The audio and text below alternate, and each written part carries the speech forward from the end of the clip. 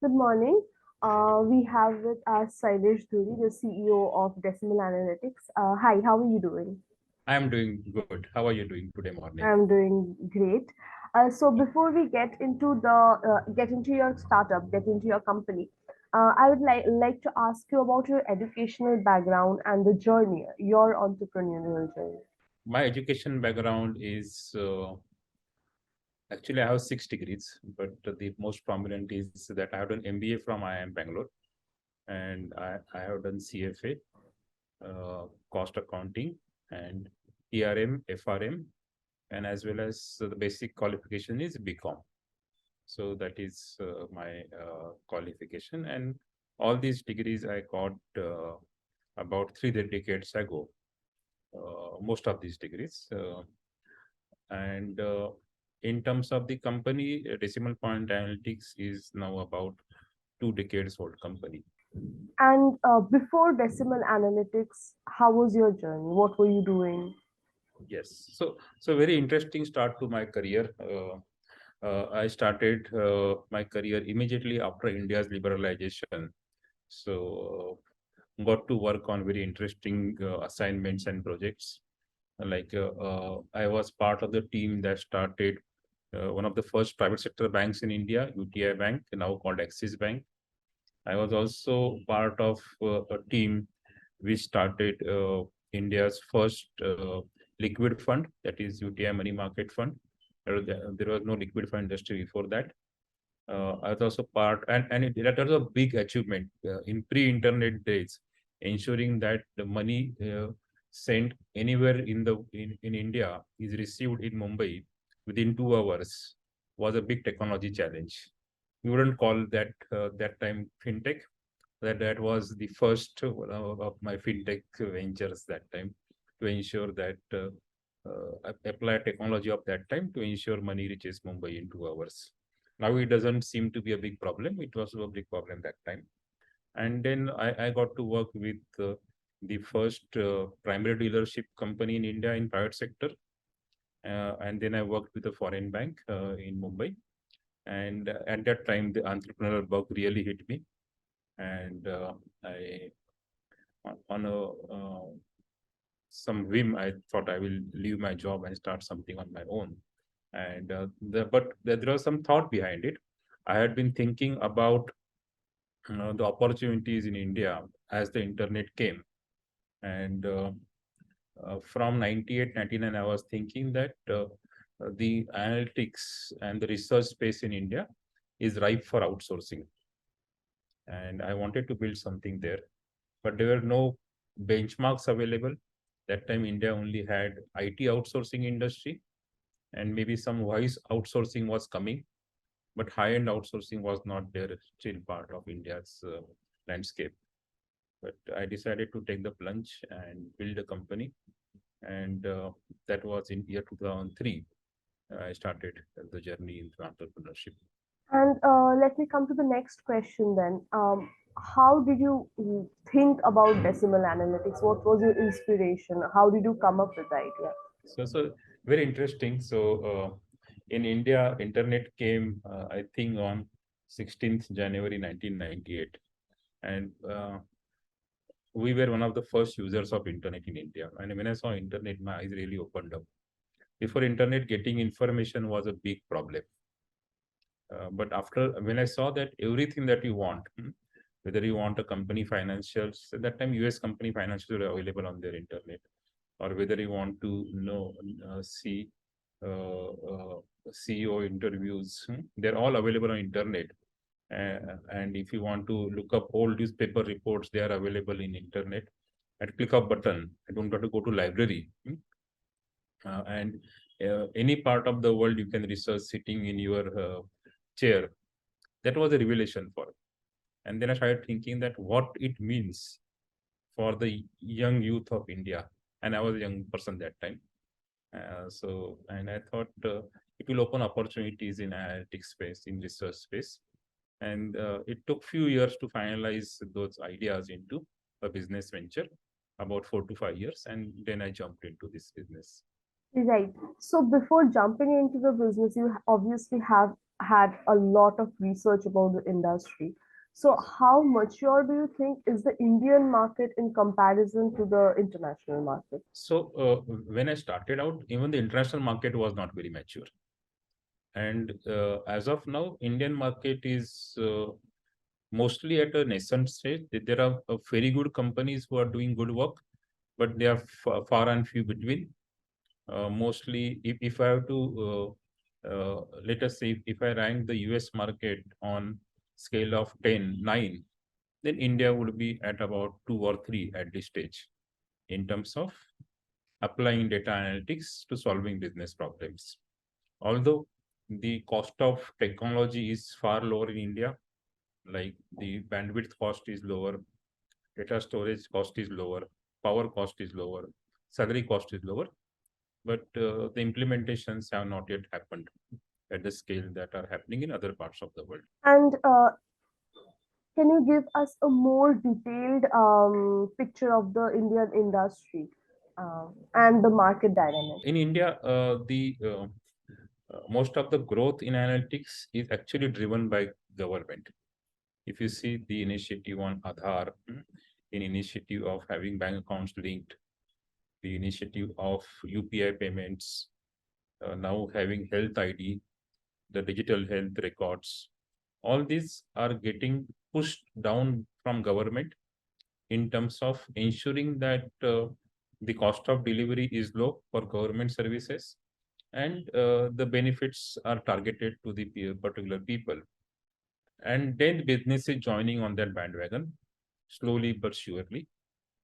Uh, it will take some time. And India is, I think, one of the few countries where government is ahead in terms of innovation than private sector, especially in data space, and which is a very unique situation. 6 years ago, I didn't thought that that will be situation, but right now that is the situation for India, and really proud to have this kind of government.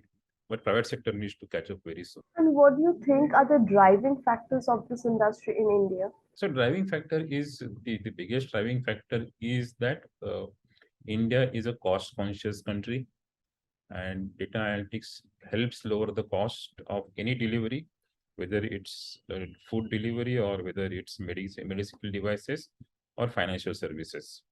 So that is the first factor. Second is differentiators. People can differentiate their services using data analytics and create moats around their own businesses using data analytics. They can create walled gardens. We haven't seen that happening too much in India. We are seeing that happening in other parts of the world, but maybe in India also it will happen in about 5 to 10 years time. So we are talking about the industry and the market. What do you think the companies need to enhance in order to, make data analytics process successful or data analytics program successful? The first thing that they need to understand is that they are sitting with a huge host of information inside their organization. And a lot of data is getting generated inside the organization, but it is currently scattered and in various formats which are not compatible with each other. So that is the first opportunity that they can explore. And they need to use various tools, whether internally or with the external vendors, to extract value from the internal data. And after that, they can then marry their internal data with the external data, which is available a plenty in India because of GST, because of so many other initiatives that government has, and then create unique solutions for the customers. So I think we have to cross a huge amount of mindset barrier for various departments within various companies to open up to each other for sharing of data in many of the legacy companies. Some companies are doing it well, but not all companies are doing that yet to the fullest possible extent. Right. So the market has gone through a lot of changes, right, in the past couple of years, and after, like, because of COVID as well and demonetization as well. So, what are the changes that happened in the industry in the past couple of years, and what are the new trends that can be seen? For the see the trend to data analytics, trend to digitization, trend to having everything online was anyway happening. But what COVID did and what demonetization did was that they gave two uh, shocks to the system to push in the direction that anyway system was moving. So had COVID not happened and had demonetization not happened, where we are today at end of 2022 would have taken maybe 2026 or 2027. So we have pulled the future backward. We have pulled the future to today to large extent because of these two shocks. And the demonetization shock was unique to India, while COVID shock was across the world. But the way India reacted, and especially the government reacted to the COVID shock by doubling down on digitization, was an experiment by itself, and that has really helped industry propel forward. And the reason we are seeing our GDP growth quite high, inflation as compared to other countries quite low. So US is having nearly 8%, India below 7%. We have never seen this kind of thing that Indian inflation is lower than US or German inflation. First time we are seeing this because of this push towards digitization, even during COVID time. Focusing our attention to COVID has had a immense effect on on many industries. Yes. Businesses got shut down, economic effect happened, and also our personal, political, economic, social, every sphere. So how did it affect Decibel? So unfortunately, we lost one of our employee, and one of our another employee lost their spouse. So that loss is irrecoverable loss. But if you after that human loss, in terms of business, in terms of uh, growth, company has benefited quite a bit. Uh, our growth rates went up, client acceptance of our offerings went up, and the way the team reacted to COVID was very different than most other companies. In fact, we didn't have a single minute of downtime when we went into lockdown, because we decided to shut our offices 1 week before others, and hence people were able to manage that whatever they wanted to buy for their house. Even power cord is was a problem once the lockdown started, but our people were able to buy all those things beforehand, and we didn't have a single minute of downtime. So which helped us quite a bit. But what pains me even today is the loss of lives that we saw in our company, and livelihood loss across the organizations, across various parts of ecosystem that we were part of. So now coming back to your company, uh, let's talk about it more. What are the services that you are providing, and how does it set you apart from the other companies in the industry? So, very interesting question. We are always at the forefront of innovation for our customers. Our customers are mid-sized companies across the world, and they don't get access to innovation early at a reasonable cost. That is what we are able to provide to them, and that is what is our USP, and that is what keeps our growth going. So our services in data analytics, data curation, in ETL services are widely recognized across the industry, and people stand by the quality that decimal point analytics gives out, and also timeline. And we are very proud of that, and our clients are in fact proud of that as well. Overall, uh, having said that, in future we are planning to have various other services that are complementary to this, and those announcements maybe will come in about in months or 2 months time, where we are launching new products and new initiatives which are let's say based on our experience in last 2 decades, but can propel the industry growth and hence our growth faster. And a successful business, a successful company is incomplete without a team. So, Yes. can you please talk about your team and team members? Yes. So I would give shout out to my co-founders. So although in 2003 I started out solo, very soon many of my co-founders joined from 2004 onwards, and those have been with me in all the ups and downs of the business for last 2 decades. And their hard work, their guidance, and their collective mind has helped. And apart from that, now we have a strong senior leadership below the co-founders who have been with the company now for more than a decade. Many of our senior leadership have spent more than a decade with the company, and you will find very surprising that in this era when people change job every 2 or 3 years, there's so many people who have decided to stay with us for such a long period of time, and that talks about the culture that we as a team have been able to build, a culture of high performance, but still a family like culture that we have. We stand by each other, we take care of each other, we push each other to do better. And that is what people like in the company. And that is the value that all the co-founders have brought together. Uh, our one of the idea was that this should be learning organization.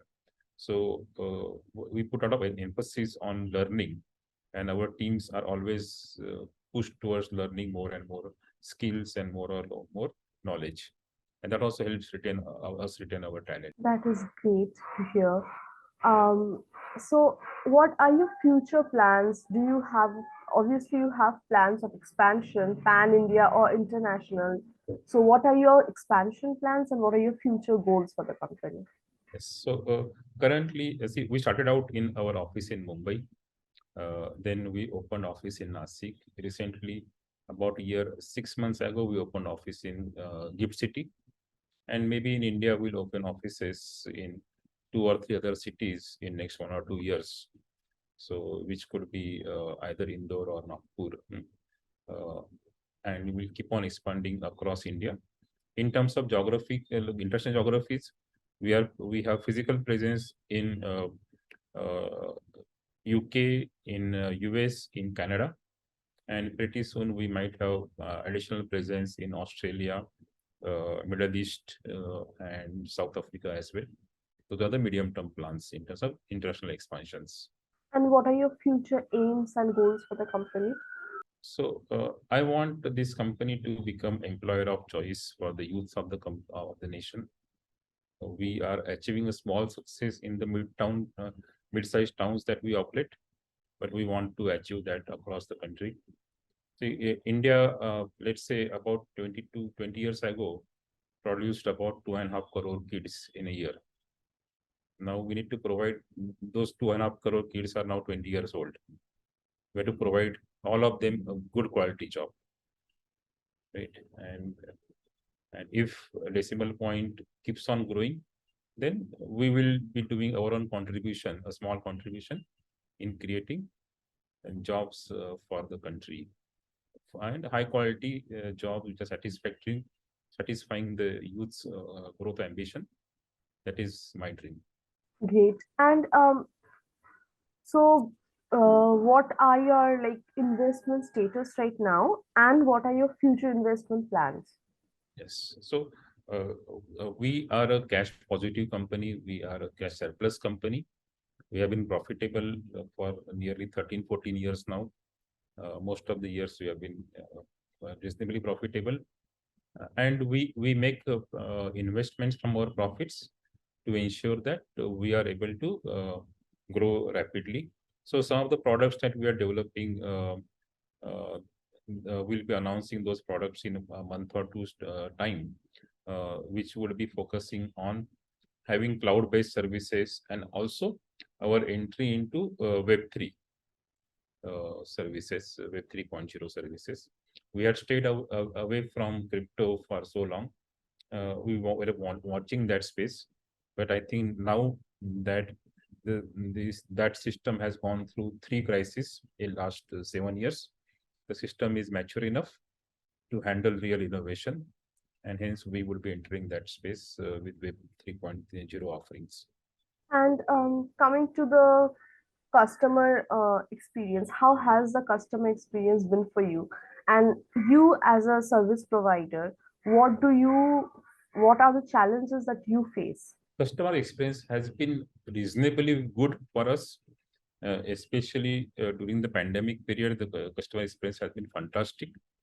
However, customers also keep on asking for more and more, and that is always a evolving challenge for us, and we are up to it. So customers are now. I would say that let's say 2 decades ago, when we started out, the customer's expectation was, we will give a job to you and you do the job. Don't ask any questions. Follow the rules. Now the customers are saying, design systems for us, be a part of our innovation ecosystem, innovate for us. Okay, so that is a big change for in about 2 decades time, that companies like us are seen as innovation partners for our customers, and that is a big change in expectation, and I think we will be leading that path. And the problems that you face, how do you solve them? What is your solution approach, and how is that unique? So first of all, you need to be proactive, and other thing is you need to always be thinking about others. So I have this philosophy of Jai versus Vijay. So there are two words in let's say Sanskrit language and in Hindi language, Jai Vijay. You think both same meaning the same. It means victory, but they actually mean different things. In Jai, it means that in my victory lies your victory, or in fact, in your victory lies my victory. And Vijay means in your defeat lies my victory. Okay, so I try to put all situations where, while problem solving, can I change the situation where we have a Jai solution where all parties win, and not a Vijay solution where one party loses and other party wins. And that is my fundamental approach to problem solving. That is an amazing approach, a very positive approach. Yes. We are at the end of the interview, and the last question I'd like to ask you is to give some advice to the budding entrepreneurs, or who is wanting to begin a startup. What Okay. will be your advice to them? First of all, don't go after this valuation game. Go after your customers. Your customers are happy, your business will be there. A valuation game, you can play for 6 months, 9 months, 2 years, but there will be always a cycle of ups and downs in valuation game. Be cash flow positive, or if you are in a capital heavy industry, have sufficient capital buffer in your hand so that you can see any downturns that are coming to your way. Customer is the king, investor is not the king. Okay, so keep that in mind. I think many entrepreneurs have forgotten who is the primary audience for the business. They are setting up business models that investors want to see rather than customers want to see. That is a great advice, and it was so nice talking to you. It was so encouraging Yes. talking to you. Thank Thank you so much. Thank you for Thank interviewing you. us. Thank you very much. Thank you.